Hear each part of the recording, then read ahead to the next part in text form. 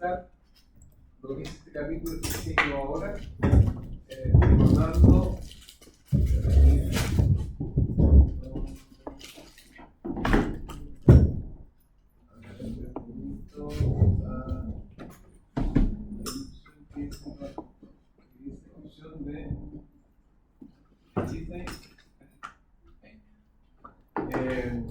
recordando que estamos en la gran unidad, segunda unidad del curso, profundizando estrategias. Ya analizamos estrategias internacionales, ¿cierto? Estamos en estrategias innovadoras, cerrando este capítulo, que nos invitaba justamente a ver cómo nos invita a ser innovadores desde el punto de vista de modificar la posición estratégica, es decir, que nuestra posición estratégica no sea lo mismo que hacen otros, se quiere, se cómo, o la constante. Sea distinto, por lo menos una de las tres variables como posición estratégica que son dinámicas, por lo tanto, esto que conversamos también al comenzar, al iniciar este capítulo, las posiciones estratégicas no duran para siempre, esto de ser innovador estratégico es más difícil en empresas grandes que están consolidadas. También vimos cómo los modelos mentales pueden atentar en contra de ser innovador estratégico. Vimos también qué elementos pueden influir en que aparezcan nuevas posiciones estratégicas, esto es dinámico, como también lo conversábamos. Otra etapa de lucha madura versus una lucha que está comenzando. Cómo se comporta ese mapa de posición estratégica, que es un mapa que nos invita a ubicarnos en un espacio de tres dimensiones, ¿no? Donde ubicamos el qué, el quién y el cómo. Para quedar en esta slide, ¿cierto? Que nos da cuenta de algo que también comentábamos en la clase pasada, ¿no? La idea no es saltar como una pulguita de una posición estratégica a otra, sino que, habiendo identificado una posición estratégica, bueno, evaluarla en su mérito, desde el punto de vista de los beneficios que nos puede reportar y también de los costos que nos puede limitar o reportar esa nueva posición estratégica. No solamente los costos propios de un negocio original, sino cómo estos se pueden ver afectados por ese nuevo negocio en el cual yo quiero incursionar. Como desafío, porque también un ejemplo de aquello es, si usted quiere vender sus productos en una empresa de industria vitivinícola, le quiere vender a través de los canales, a través de su portal, por ejemplo, e-commerce, bueno, los canales tradicionales le irán a complicar su negocio de venta tradicional respecto a venderlo en su supermercado de una cadena como Walmart o Cencosud. Son temas que también tenemos que calibrar, beneficio y costo. Dicho eso, podemos también cuestionarnos en este análisis de si optamos o no por esa posición estratégica, hacer un equilibrio entre la posición vieja y la nueva posición, desde el punto de vista de mantener las posiciones de forma simultánea o directamente de hacer una posición vieja a una posición nueva. Veamos la primera posibilidad, ¿no? El mantener dos posiciones simultáneas, analizando el caso de los productos genéricos. ¿Qué entendemos como productos genéricos? Productos genéricos. No sé, con muy poca diferencia. Sí, muy bien, ¿qué más? ¿Alguien dijo por ahí? Mijal. Marcas propias también, ¿no? Son productos El 3. precio bajo en general, como son las marcas Great Value de Walmart, ¿no? Son las marcas propias, ¿no? Las marcas Jumbo, el precio Jumbo, el líder en su momento también, ciertamente, y todavía existen. Son marcas que se generan, que las mismas empresas, por ejemplo, como en este caso estamos mencionando, la industria de los supermercados generan. Una amplia. Su única, o sea, su ventaja competitiva más importante es el precio. El precio, justamente. El precio. Si pensamos en Walmart, lo que era líder, o lo que es líder básicamente, precio bajo, ahí está la conveniencia. De hecho, con amplia penetración en mercados europeos y americanos, estadounidenses específicamente, estos productos que vienen. 50% del mercado americano y más del 70% del mercado europeo de mercado de productos genéricos, marcas propias, digamos. Entonces aquí viene una situación hipotética, pero que quizás más de alguna empresa ya ha enfrentado.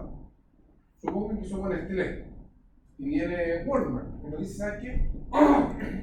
Quiero que ustedes me fabriquen mi café marca líder. Estoy inventando.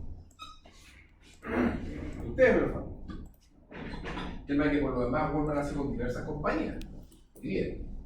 Entonces la pregunta es, ¿qué análisis podría hacer Nestlé respecto a esta invitación que le hace Walmart? ¿Qué conflicto podría visualizar Nestlé? Si yo les digo Nestlé, no necesariamente... Canibalización, porque es canibalización de su propio producto. Ya, ok. ¿Qué más? Muy bien, ¿qué más? Don Luis, ¿qué más que usted? No se reconoce la marca como marca propia, o sea, como marca Nestlé. Sí. ¿Y qué creen ustedes que podría pasar en la mente del cliente, de nosotros? Pues yo digo, yo compro productos de Nestlé, la empresa de alimentos más grande del mundo. Para mí, productos de Nestlé son productos de calidad. Claro. Entonces, si le maquila, le fabrica el café marca líder, por ejemplo, ¿qué conflicto podría haber en la mente nuestra? O sea, que Nestlé también fabrica productos de mala calidad, chicos. Puede ser un cuestionamiento que pudiese tener Nestlé. Ahora, dado el tamaño y envergadura de Walmart, ¿creen ustedes que lo va a hacer con o sin Nestlé? Ahora sí Nestlé lo va a hacer. Se la pregunta no se podría hacer, pero ¿qué negocio qué negocio podría haber Nestlé en aquello? Primero, en que Walmart lo va a hacer igual. Segundo, porque dice muy bien doña Susana, ¿cierto? Respecto al tema de que hay una canalización, pero al final del día ese producto que marca líder va para otro segmento. Y por otro lado, uno podría cuestionarse, pero profesor, ¿dónde está el negocio? Porque ese precio es más bajo, el margen es pequeñito, pero el negocio en qué está en el de Walmart, en el cubo, en la categoría. Y aquí, esto tarea para la casa. Esto lo aprendí, uno nunca tendría que aprender, nunca.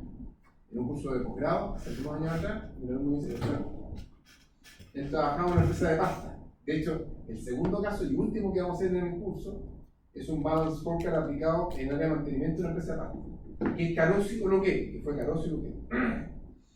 Y él nos contaba en esta clase. Cuando llegaba el pedido de líder en ese momento, me decían, oye, ve el pedido de líder. Y lo único que hacían, era cambiar el packaging, el envoltorio de los paquetes que dieron. Lo que yo Carosi. Ahora la pregunta que uno se puede hacer es, bueno, ¿y en qué está el negocio? En el volumen, en que igual el precio es más bajo, pero es mucho volumen el que mueve Walmart. Este negocio o podría estar el negocio para eso. Lo mismo para el caso hipotético del empleo que estamos analizando. ¿Sí? ¿Les parece, no? Sí. Claro. Entonces ahí mantenemos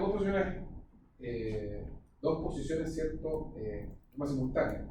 Marcas originales como Nestlé, café y todos los otros productos que tenemos, y lo que yo le maquilo a estas empresas, o le fabrico a estas empresas que son más bien supermercados y tienen sus marcas propias, como es el caso de Walmart, Great Value, ¿cierto? En el caso de Jumbo, la marca Jumbo, y así.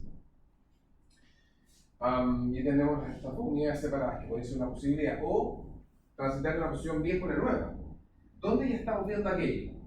Que de un modelo tradicional nos vamos a un modelo nuevo. Eso nos pasa en lo cotidiano a veces. ¿Sí o no? Cuando uno quiere comprar un pasaje aéreo, ¿cierto? ¿A qué le invita a la TAM, por ejemplo? A comprarlo por el portal. ¿Sí o no? Porque si usted va a la tienda a comprar, ¿qué hace? El ticket, te cuesta más caro. Está la opción vieja, ¿no? Otro tema es la banca. La banca se ha ido digitalizando, sí. De hecho, hubo un proyecto importante de esta empresa, de banca, esta banca digital completamente. Sí. Es una posición que cada vez va a ir cobrando más fuerza en las bancas digitales, en el medio de las bancas tradicionales. ¿Sí o no? Y donde también lo hemos visto, y lo comentamos en vez anterior de otra industria, en la cual estamos viendo un tránsito de una posición vieja a una nueva posición de cómo yo te entrego el producto, y que ha generado bastante sentido, sin duda. ¿Qué industria? La del Retail. Por ejemplo, tú cuando ahí al lado de la marca, Sí, como sectores de entrega. ahí te voy a dar lo mismo. Está al lado de Pupanque, hay un Falabella, pero tiene una bodega, que yo creo que es la más cara de Chile.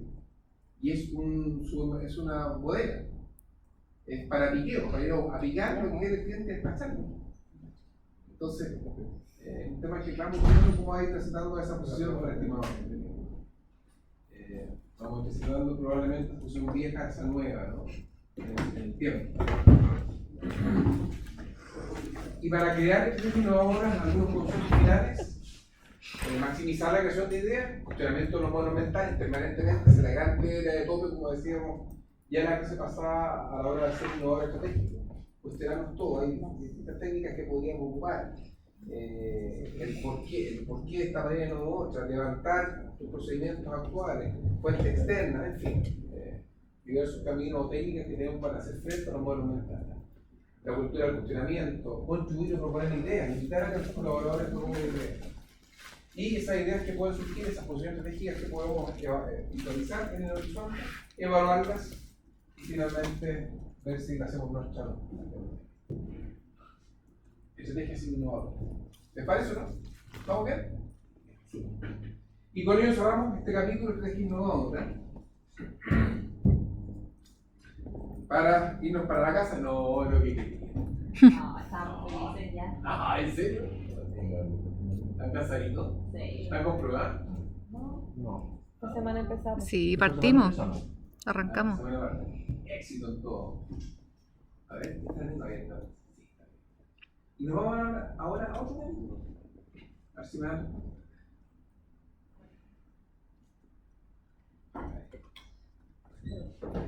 Apa. Aquí voy para acá. No, era aquí. Ahí, pantalla completa dice allá arriba, ¿cierto? Oye, ¿qué les parece el clima entre paréntesis? Está loco el clima, ¿no? ¿El clima? El clima, Sí, ¿no? rarísimo. Yo hablaba con un colega de Estados Unidos el viernes. Está loco también allá, también. Está loco. En Alemania, también. No, está loco el clima, sin duda. Bueno. Estrategias en la industria high-tech. Vamos a un capítulo tercero dentro de lo que es esta segunda unidad profundizando en estrategias. ¿Qué es esto de estrategias en la industria high-tech? Son estrategias que vamos a visualizar, analizar, clasificar en industrias donde la tecnología avanza muy vertiginosamente. A eso nos vamos a referir a industria high-tech. Como por ejemplo la industria de los smartphones, ¿cierto? Todo lo que es biotecnología, todo lo que es transporte, industria de la salud, en fin, electrónica de consumo, diversas industrias. Ahora, donde lo que sustenta esta velocidad rápida, ¿cierto?, de cambio, es que el conocimiento avanza tan rápidamente en esta industria que vemos nuevas versiones muy rápidamente de ese producto. Y ahí vamos a definir en este capítulo qué es tecnología. Vamos a definirlo. Hablaremos de lo clave que es que ojalá el estándar de la industria dominante o el formato de la industria dominante sea de nuestra compañía, que es la clave para ser exitoso en este tipo de industria high-tech. De hecho, hoy día somos espectadores más bien de una guerra de formatos que está ocurriendo en la industria de los smartphones. ¿Quién va a ser? ¿Va a ser Samsung? ¿Va a ser Apple? ¿Va a ser no sé, esta empresa? Huawei. En fin. Wow. Es breaking news, noticias de sobre, está ocurriendo. Veremos algunos mecanismos para lograr que exista un estándar o formato de la industria. Veremos cómo para lograr que el formato dominante sea el nuestro, el efecto de red cobra fuerte relevancia y lo vamos a conectar con los complementadores que alguna vez estudiamos en cursos anteriores. Veremos los beneficios en este capítulo de que exista un estándar dominante. Y finalmente veremos algunas estrategias de tantas que podríamos analizar para lograr justamente que el estándar de nuestra compañía o el formato de nuestra compañía sea el dominante. ¿Ok? Vamos. Tengo una noticia, déjame que me preguntaron algo. No hay se ve el 14. No ahí se ve. No hay. Ya. Hay que recalendarizar entonces. Sándwich. Porque yo les decía que me parecía que iba a ser así porque el rector mandó un comunicado para hacer ese feriado para estar con la familia. Así que hay que hacer un ajuste en el... Maravilloso. Bueno, Pero profe, Dinámica. en vez de quizás, o sea, para optimizar el tiempo que tenemos de clase, vamos.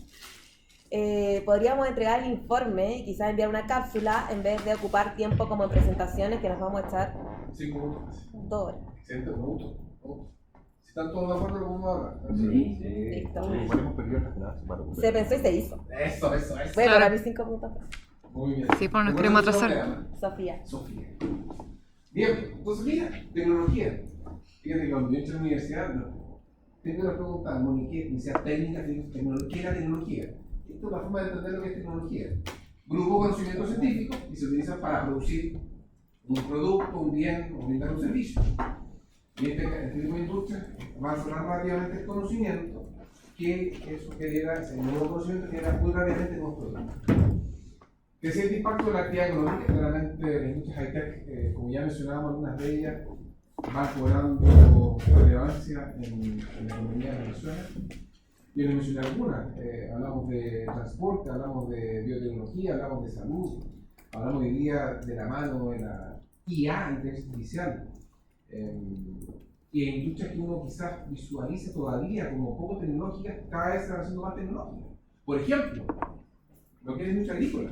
Todavía vemos los campos, el cultivo como se hacía en antaño, el riego por tendido, se tira la semilla, en fin, como se hacía en antaño con la ineficiencia que ellos significan. Pero hoy día, de la mano de la agricultura de precisión, tú puedes aplicar mucha tecnología. De hecho, un querido colega, Rodrigo Ortega, le hizo caso, ¿no? Sí. Rodrigo Ortega, colega, él es... Sí, él es experto en temas de agricultura de precisión.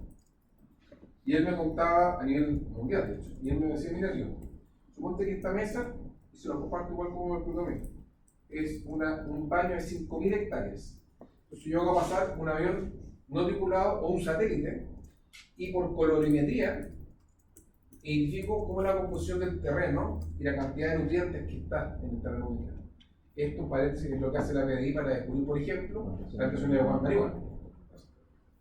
Le hago pasar el avión no tripulado y tengo todo el ploteo del terreno, listo. Y puedo indicar dónde hay nutrientes, dónde falta y dónde hay terreno que por mucha urea o lo que tú pongas, nunca va a dar nada. Así que puedes poner una pileta, una piscina o una cancha de fútbol, lo que tú quieras. Y después hacemos pasar un tractor no tripulado o robotizado, y por GPS se va ubicando en este baño y va inyectando donde corresponde la cantidad precisa de nutrientes. ¿Sí? Tenía profesor, eso es muy loco, ¿no? Ustedes vieron la película Interestelar, cuando comenzaba, esa tecnología existe hace años. Eso de tener robots para gestionar los campos, por lo tanto, vemos que ha ido penetrando industrias que son quizás no tan tecnológicas, se han ido cada vez más siendo más fuertes en aquello, en la tecnología. Y el costo de las industrias suele tener una particularidad. El desarrollo de la primera unidad, del primer producto, del primer sistema operativo suele ser bastante riesgoso. Pero la segunda unidad, el costo marginal tiende a ser. Por ejemplo, ¿cuánto costó? Más bien, el costo de Windows Vista, en su momento costó su desarrollo $5.000 millones. O sea, $5 billones. ¿Cuánto costó la segunda unidad? 0. Cuando hablamos de remedio, fármaco contra la famosa el COVID, el desarrollo de la vacuna costó $millones y millones, pero la segunda unidad costó 0. Es una particularidad de lo que ocurre en la industria, que son este tipo high-tech. ¿Okay? Pero acá, como les decía, la clave son los estándares, o los formatos. ¿Qué son los estándares? Conjunto de especificaciones técnicas que te permiten fabricar este celular o este computador, o dimensionar y fabricar un contenedor, ¿no? Y aquí la clave en este capítulo de estrategia de industrias high-tech es que ojalá nuestra empresa gane la guerra formal. Y nuestra empresa ¿Gana la guerra de qué? De formato. para que el estándar dominante, el formato dominante sea el nuestro. ¿Okay? Ya lo vamos a ver, de hecho, y lo vamos a profundizar un poquito más adelante. Pero veamos algunos ejemplos de estándares para que veamos que lo cotidiano nos acompaña. Por ejemplo, el formato de los teclados, el QWERTY, es el estándar dominante. De tal forma que si usted va de un computador a otro, de una marca a otra, no te complica aquello. De hecho, lo que nos suele ocurrir es que nos vemos cuando escribimos el teclado. Sabemos dónde están las teclas, ¿no? La medida de los contenedores, el largo, el ancho, el alto, el sistema de anclaje, el mismo. Claro. Maersk. Para que no se Maersk. compliquen a la hora de cargar los buques, de sacar la carga de los buques, ¿no? O poner el contenedor sobre el acoplado del camión, del ferrocarril, lo que fuera. Los computadores personales, el formato dominante para fabricar un computador. Está. La memoria aleatoria, los sistemas operativos, el tema de los periféricos, los Universal Serial Bus, USB para conectarse. Y así, estamos acompañados de estos estándares. Y ya con eso nos podemos empezar a dilucidar qué podría ocurrir si es que no existiesen estándares. Los formatos dominantes de los tableros de los computadores, por ejemplo. Que tú te cambies de una marca a otra y finalmente cada uno tiene su estructura, su ordenamiento de teclado. Sería un caos. Eso ya nos puede dar luces de los problemas que podríamos enfrentar si no hubiese estándar. Entonces, ¿cómo podemos crear los estándares? Podemos identificar 3 caminos. Una forma de verlo, inicialmente. Por actuación del gobierno. El gobierno define el estándar. Y ese estándar que define el gobierno es para todos. Por ejemplo, el estándar que se definió en Chile para la televisión digital, el modelo japonés o el formato japonés. Ese es, y se acabó. Y el que quiera lo ocupa. Ese es el formato que existe. Bueno. Por cooperación de empresas. Nos ponemos de acuerdo entre todos. Y aquí viene un caso real. ¿Se acuerdan de los divididos, no? DVD. Todos tenemos. Ah, ya, ¿no se acuerdan? Sí. Sí. Somos la misma generación, ¿no? Prácticamente. De los. Yo me acuerdo, sí, lo acabamos de decir. Oye, bueno, antes de que se lanzaran los DVD, esto es caso real, cada empresa que fabricaba su formato, su consola, no conversaba con la consola de la competencia. ¿Qué quiero decir? El DVD que fabricaba Sony y las películas que podía ver en Sony solamente se podían ver en las consolas DVD Sony, no en Toshiba, ni en JVC, ni en Samsung. Solamente en la consola misma. ¿Me explico? Yo compraba Sony, las películas que podría ver en ellos es solamente con el formato que se pueden ver en Sony. Y así con Samsung, Toshiba, JVC, en fin. Ok. Eso es lo que estaba ocurriendo cuando estaban desarrollando estos formatos. Pero ¿qué problemas podrían haber visualizado los fabricantes de formatos de DVD antes de lanzarlo al mercado? ¿Qué hubiese pasado? Porque es parte de la historia, ya les contaré cuál fue el desenlace, pero ¿qué hubiese pasado si no se hubiesen puesto de acuerdo? Y cada uno va al mercado con su consola, donde tú puedes ver solamente películas en Sony, con formato Sony y así con la ¿Qué problema creen ustedes que visualizar? Y empiecen ustedes como clientes. El desarrollo de negocios que se lo lento, o y me dice haber echado a perder la beta. Muy bien. La demanda hubiese sido lenta. Porque ¿qué pasa como cliente? Oye, yo espero a ver, bueno, ¿cuál va a ser el estándar dominante? Porque eso va a significar que los complementos, las películas, van a haber más abundancia de películas en ese formato, para esa consola. Entonces, la demanda se frena. Y efectivamente ellos visualizaron ese posible riesgo. Y lo que hicieron fue generar, esto es literal, el foro del DVD. Y se juntaron las empresas fabricantes para ponerse de acuerdo de cuál iba a ser el formato o estándar que ellos iban a definir en conjunto para fabricar este DVD. Y que las películas que tú veías en una consola se pudiese ver en cualquiera. Se pusieron de acuerdo. Después de la industria de los celulares, que tuvo un crecimiento muy fuerte en su demanda de etapa temprana, lo siguió la industria y tuvo una muy buena aceptación en el mercado. Un crecimiento exponencial de su demanda. La historia hubiese sido distinta, sí, quizás no se sienten todos de acuerdo, ciertamente, pero que sea muy bien. Okay. Ahí el estándar es de todo. Nadie es propietario.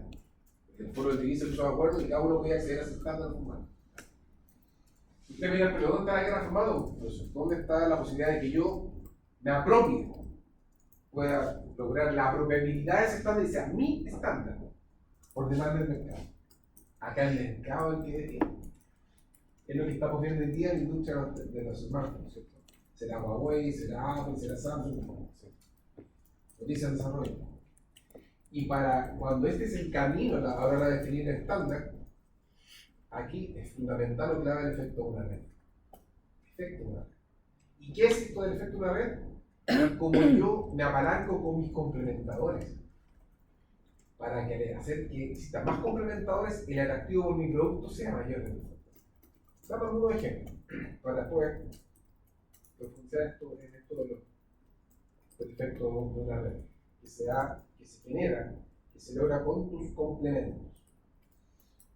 Hablando de los automóviles, si nos vamos a principios del siglo XX y después nos vamos al momento actual, obviamente, ¿cuáles eran los complementos que tienen ustedes para poder comprar un automóvil? ¿Qué hacía atractivo el tener un automóvil en esa época, a principios del siglo XX, en Estados Unidos? Incipiente industria comenzando a la mano de un Ford T negro de montaje. ¿Qué creen ustedes que necesitábamos justamente para poder empezar a andar en esa industria y hacer más atractivo comprar un auto? ¿Qué necesito yo para tener un auto y para poder desplazarme? Son temas quizás muy diría yo, hoy día para nosotros. Pero necesitamos autopistas, necesitamos bombas de benzina. Ya, pero eso fue hace más de 100 años. ¿Qué pasa hoy día? Auto eléctrico. ¿Cuáles son los complementos? ¿Dónde lo ganan? Otra pregunta que eso, hermano, la batería. El mantenimiento, que yo entiendo que es menor que el de combustión porque las piezas son más durables. ¿Sí? La autonomía. Carga rápida. El tiempo. Entonces todo eso entra en la ecuación. En fin, ¿no? Y vamos a la batalla, bueno, voy a poner otro ejemplo, la batalla entre Sony y Matsushita. ¿Se acuerdan de los Betamax? Ahí sí que se Yo soy modelo 74, yo nací en 74. Así que este año 49, que es 48, estoy sacando un año. Pero en mi época de los 80, estaba el Betamax. Y el Betamax era de Sony. Era la primera consola para ver películas en tu casa. Pero era caro, yo estaba en el colegio. Los compañeros que tenían consola Betamax eran hijos de marinos que viajaban, iban por alguna misión al extranjero y traían esos equipos que eran carísimos en Chile. Y las películas, obviamente, los formatos eran en Betamax. Y Matsushita le golpea la puerta a Sony. Y dice: Sony, ¿tú me puedes vender la licencia para fabricar yo también consola Betamax? No. ¿Ah? VHS. Y Matsushita desarrolla VHS. Y Matsushita hace lo que no hizo Sony, se contacta con JVC y JVC le ofrezco la licencia, la vende. Ahora, algo esto hablamos la clase pasada, o antepasada, cuando hablamos de internacional. Licencia, te pago por la licencia y además te confío por lo que tú vendiste. Oye, y así, lo que fuera. Y lo que logró con eso Matsushita fue lo siguiente: aumentar la base instalada de consolas VHS. Aislar. Entonces, ¿qué pasaba? Al aumentar la base instalada de consola VHS, ¿a quién se le hacía más interesante fabricar películas en la consola VHS? A los que fabricaban películas, ¿no? Al complemento. Al haber más películas en el stand de una empresa como, por ejemplo, el Blockbuster, donde tenía 100 para ver VHS y una para ver Betamax, haciendo el extremo. Uy, hay más películas para ser vistas en VHS, más interés por consola VHS, más demanda de VHS, más base instalada de VHS, más interés por los complementadores de generar películas en formato VHS, más interés, más demanda, y si quieren un círculo virtuoso favorable que juega a mi favor. Y eso fue lo que hizo. Y después que vino a comprar la puerta, Sony vende la licencia VHS. Sony también fabricó VHS. Entonces, a eso se refiere el efecto de una red. Ya, pero usted mira, ya, profe, ¿y qué otro ejemplo? ¿Por qué se han hecho tan famosos estos equipos? ¿Por qué? Por la aplicación que puedo poner. Esos son los complementos. Y fíjense ustedes que esto lo aprendió en etapa de, no en 2007 cuando usaron, ya lo había aprendido antes Apple, ¿no?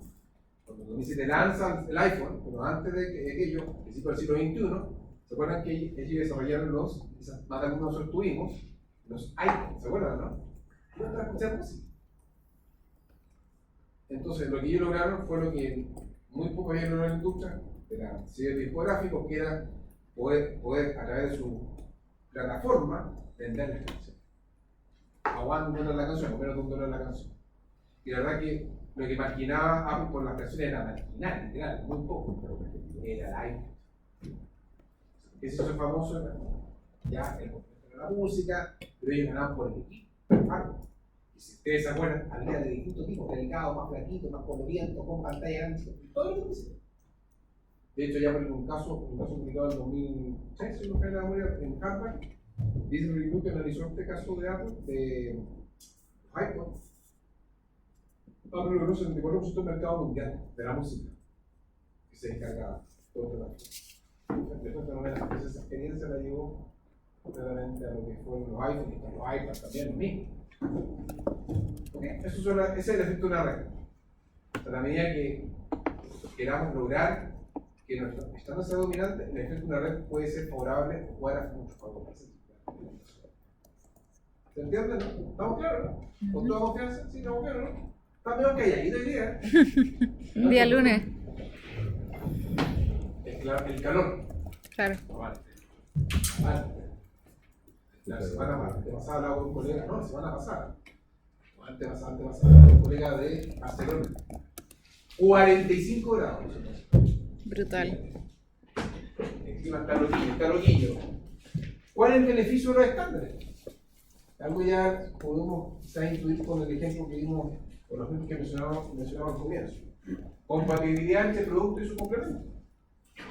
¿Sí o no? O sea, el que exista, por ejemplo, estos contenedores, el largo, el ancho, el alto, similares, están estandarizados a la hora de llevar a puerto, lo meten sobre la plataforma o el acoplado del camión o en el carro del tren, lo que fuera. Algo también mencionado desde el punto de vista de que hubiese distintos formatos de teclados para computador, de ninguna función mental. ¿Les parece, no? También. Otro beneficio, ¿por qué no usan los costos de producción? Porque las piezas son más caras. ¿Por qué, hermano? ¿Ven? Porque se producen por cantidad. Mucho gusto. Mira, tomando el ejemplo que dice Cristian, el formato dominante hoy día en lo que es la industria de los sistemas operativos es el formato o estándar Wintel. Sistema operativo Windows, procesador Intel.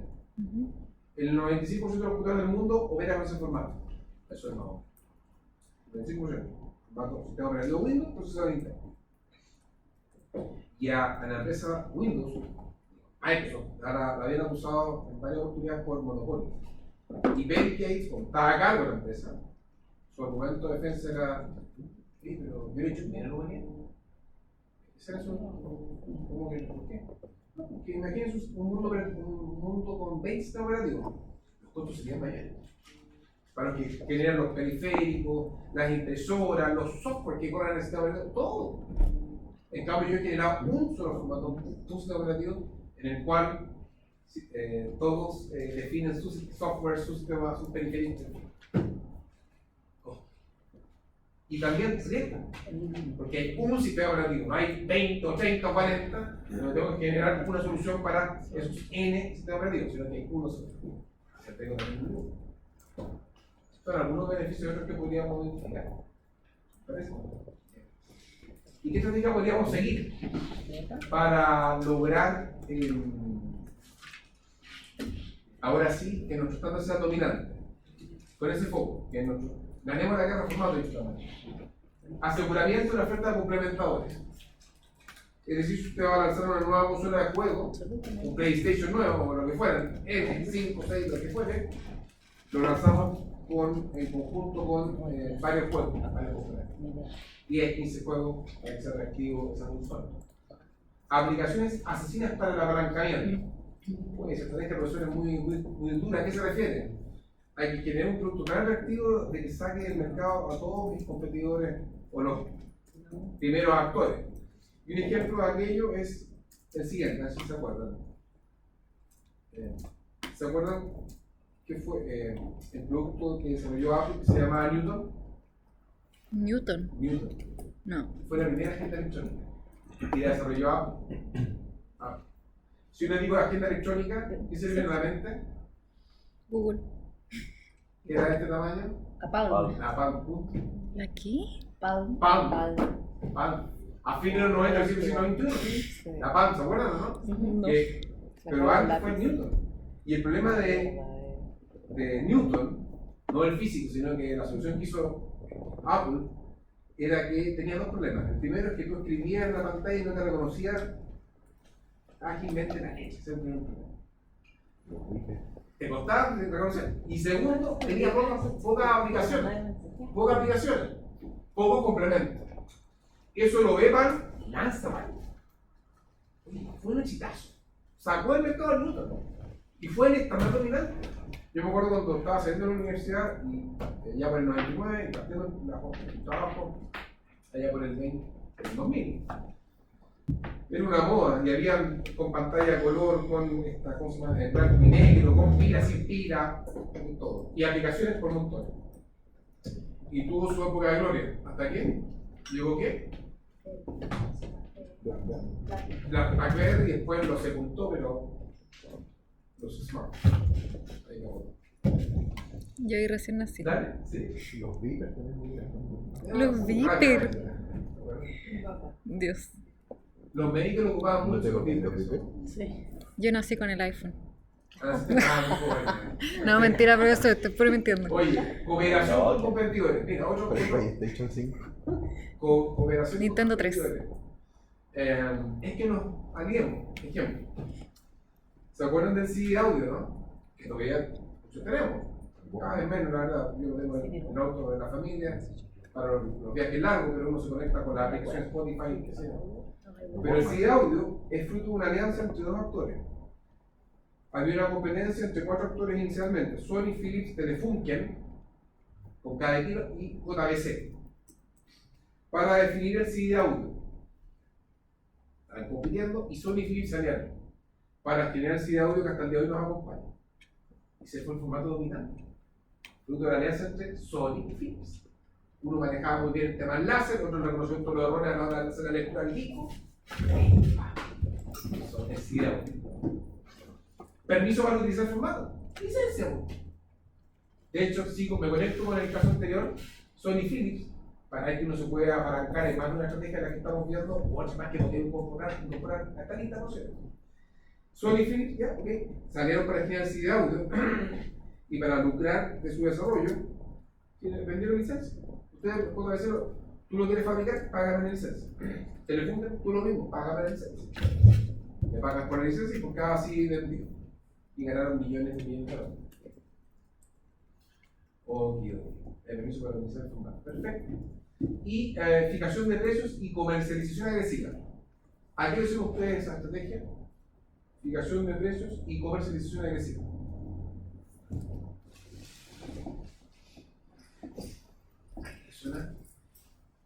¿Les suena familiar o no? No mucho. ¿Les suena la estrategia de la navaja y la rasuradora? ¿O el rastrillo y la navaja?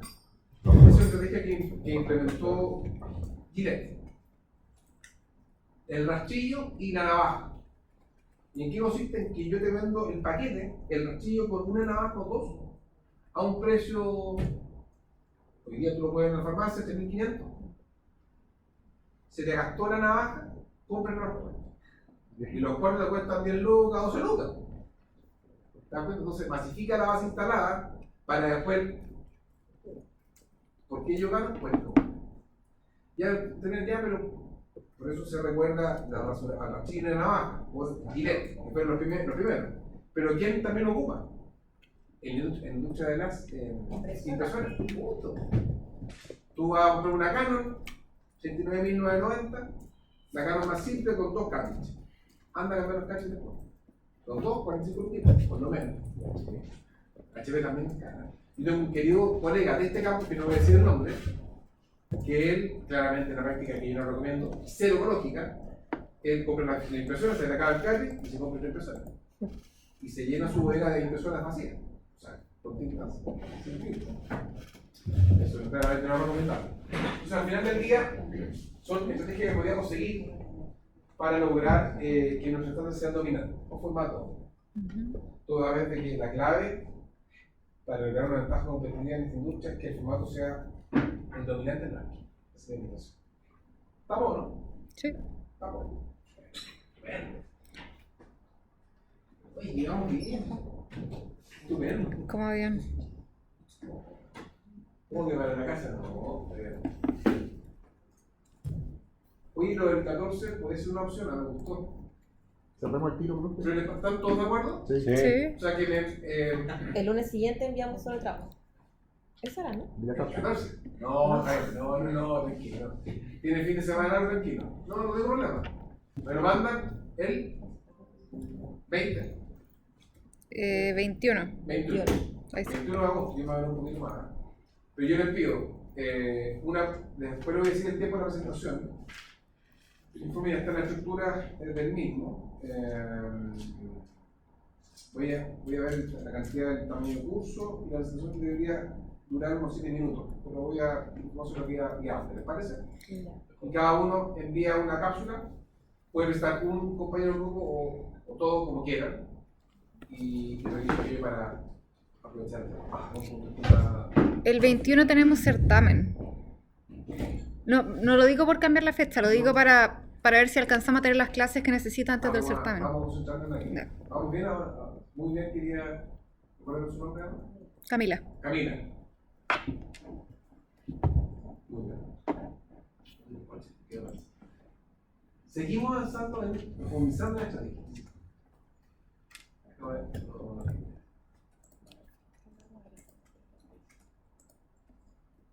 Ahora vamos a mostrar otra técnica. Pero siempre profundizando en estrategia. Estamos en eso. Y este capítulo nos va a invitar a hablar de estrategia digital. Aquí nos invitará este capítulo de estrategia digital. ¿Qué creen ustedes? Vamos. Estrategia digital. Bien, ¿y qué más? A las aplicaciones. Sí, muy bien, está muy de la mano con esto que estamos viviendo, que es la transformación digital. ¿Ah?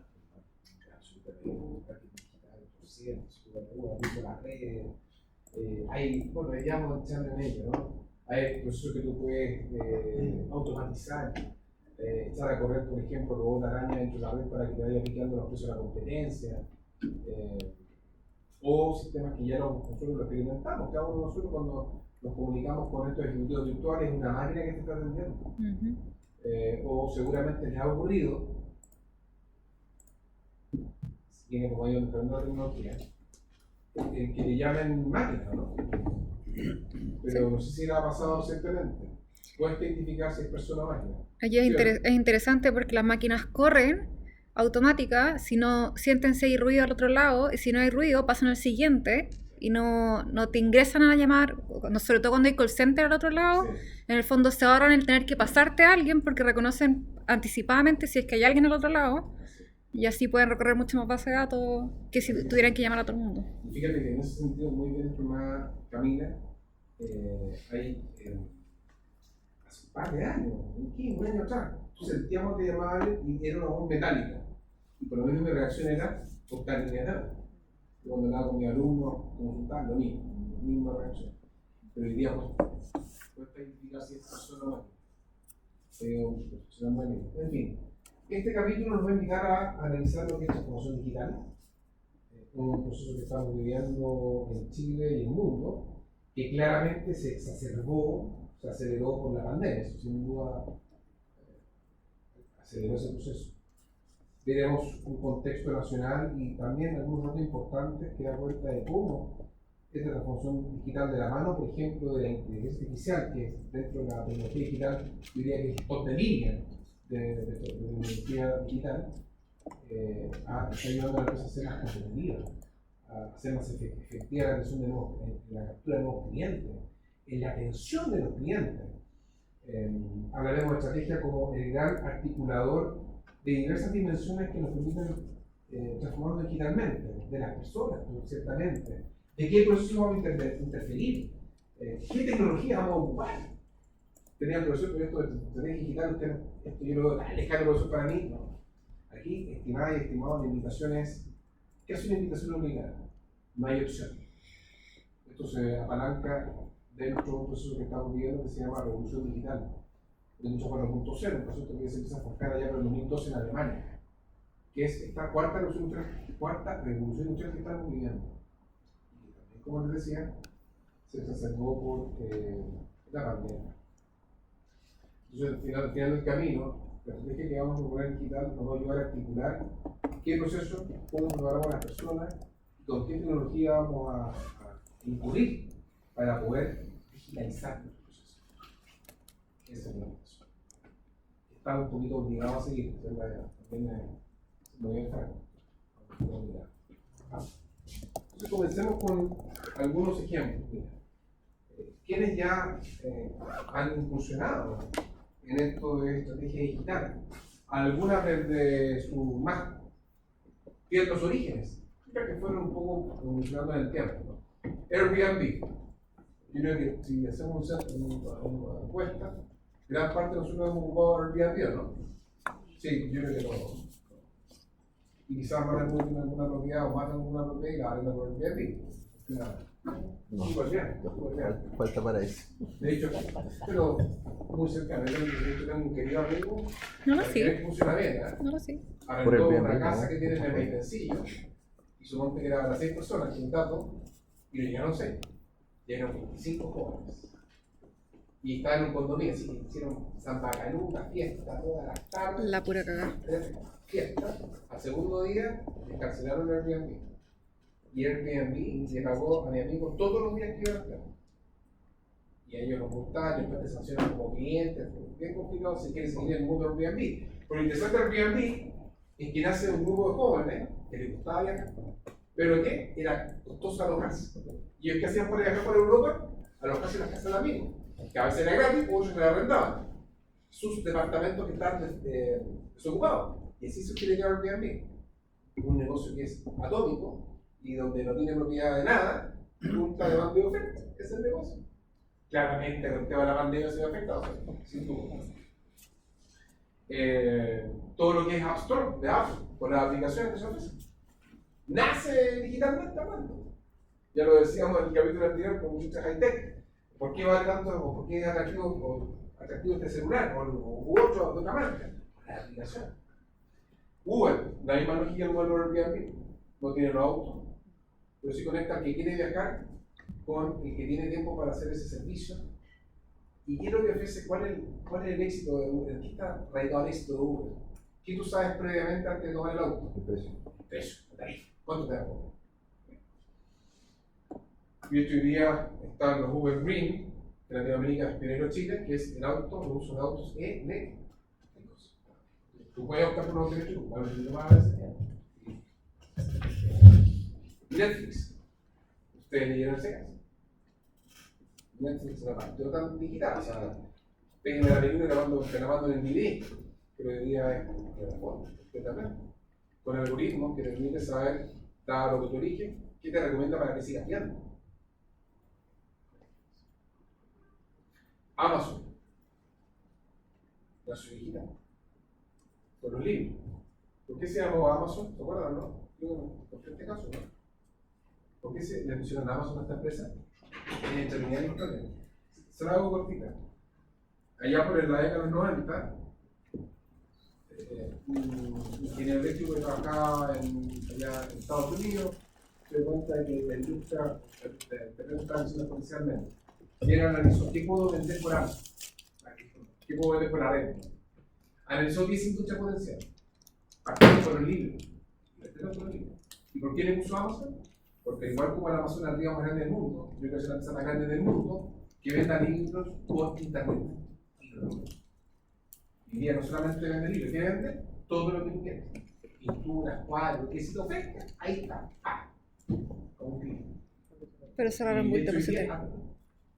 De hecho, hoy día está trabajando en un algoritmo. Yo creo que ya está listo. donde con un 99,9% de confiabilidad va a llegar a tu casa con señora Camila, aquí tiene su libro, se lo ofrezco. O esta pintura, o lo que te guste, y tú con un 99% y tanto de probabilidad que vas a aceptar el cuadro, o los libros. Eso. Hoy día en Estados Unidos están manejando los libros por, o los productos por autos autónomos o drones. Uber también está haciendo eso. Uber también. Tienen máquinas que van en Estados Unidos, por lo menos. En vez de ir un conductor, Uber Eats va un robot. Un autito autónomo. Vamos. ¿Les parece, no? ¿Cuál más agregarían ustedes? ¿Quién le falta aquí? Disney Plus, sí, también, hermano. Todo lo que plataforma. Tinder. Disney Plus, claro, perfecto.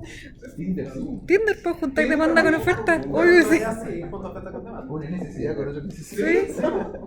Fuera huevo. Yo conozco. Arbitraje. Yo no sé ustedes, pero tengo unos queridos amigos que se conocieron por Tinder. Y son parejas felices con hijos maravillosos. Creo que sabe cuál podría también agregarse las redes sociales en su lado comercial, el lado business. No sé, por Instagram business, TikTok business. ¿Está bien? Que no son, brindan diversos servicios, también los influencers.